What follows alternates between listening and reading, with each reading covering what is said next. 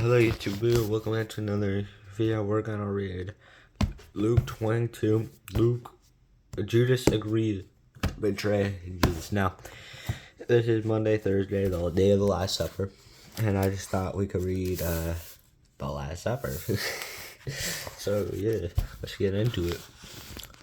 Now, the festival of unleavened bread, called the Passover, was approaching, and the chief priests of the teachers of the law were looking for some way to get rid of Jesus, for they were afraid of the people. Then Satan entered Judas, called Iscariot, one of the 12. And Judas went to the chief priests and the officials of the temple guard and discussed with them how they might betray Jesus.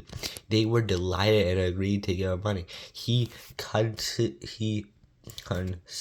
and watched for an opportunity to hand Jesus over, and went into the crowd when no crowd was present. The Last Supper.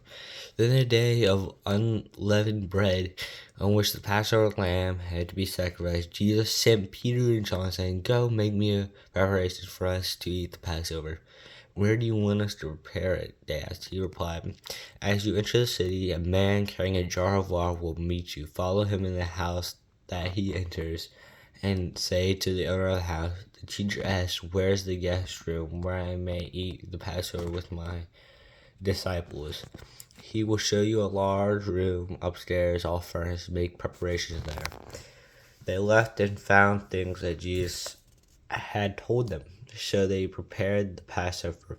When the hour came, Jesus and the apostles reclined at the table and said to them, "I have eagerly desired to eat this Passover with you before I suffer, for I tell you, I do not eat it again until the fulfillment in the kingdom of God."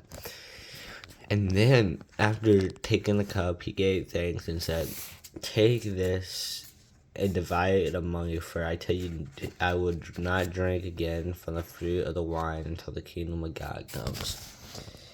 And he took the bread and gave thanks and broke it and gave it to him, saying, "This is my body given to you. Do this in remembrance of me."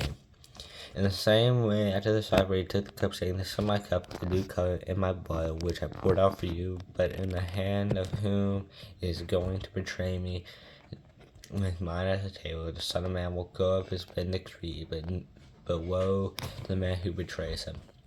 Maybe they began questioning among themselves which might be who it is. A dispute also arose among them, which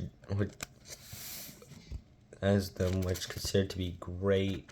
Jesus said to them, "The kings of the Gentiles lord over them, and those who exercise authority over them call themselves benefactors. But you are not like that. Instead, the greatest among you should be like the youngest, and the one who rules like the one who serves. For who is greater than the one at the table, or who is not the one who is at the table? But I among you am one who serves. You are those who have stood by me in trials, and confer on you a kingdom. This is my Father conferring on me, so that I may eat and drink at my table in my kingdom, and sit on the throne, stretching 12 tribes of Israel. Simon, Simon, Satan has attacked to sift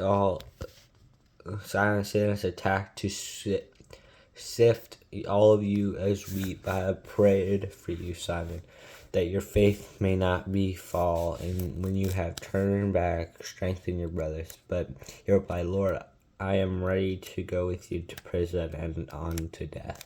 Jesus answered, "I tell you, Peter, because before the rooster crows today, you will deny me 3 times that you know me." Then Jesus asked, "When I sent you without a purse, bag, or sandals, why did you lack anything?" "Nothing," they answered. He said to them, "But now, if you have a purse, take it, and also a bag. If you don't have a sword, seek your clothes and buy one. It is written, and he numbered with the transgressors, and I tell you that this must be fulfilled in me." Yes, that is written about the reaching its fulfillment. The disciples said, "See, Lord, here are 2 swords." "That's enough," he replied. Jesus prays on the Mount of Olives. Jesus went up as usual to the Mount of Olives, and his disciples followed him. On preaching the place, he said to them, "Pray that you will not fall into temptation." He withdrew the stone beyond them, knelt down, and prayed, "Father, you are willing to take this cup from me, and yet not my will, but yours to be done." An angel appeared to him and strengthened him, and began in anguish and prayed more earnestly, and sweat was like drops of blood falling on the ground. Then he rose for prayer and went back to his disciples. He found them asleep, exhausted from sorrow. "Why are you sleeping?" he said to them. "Get up and pray so that you may not fall into temptation." Jesus arrested. While he was still speaking, a crowd came up to the man who was called Judas. One of the 12 was leading them. He approached Jesus to kiss him, but Jesus said to him, "Judas, are you betraying the Son of Man with a kiss?" When Jesus' followers saw that it was going to happen, they said, "Lord, why should we strike with our swords?" And one of them struck the servant of the high priest, cutting his ear. But Jesus said, "No more of this."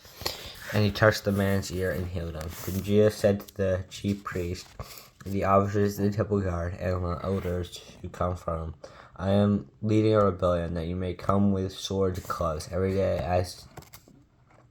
every day I was with you in the temple courts and did not lay a hand on you.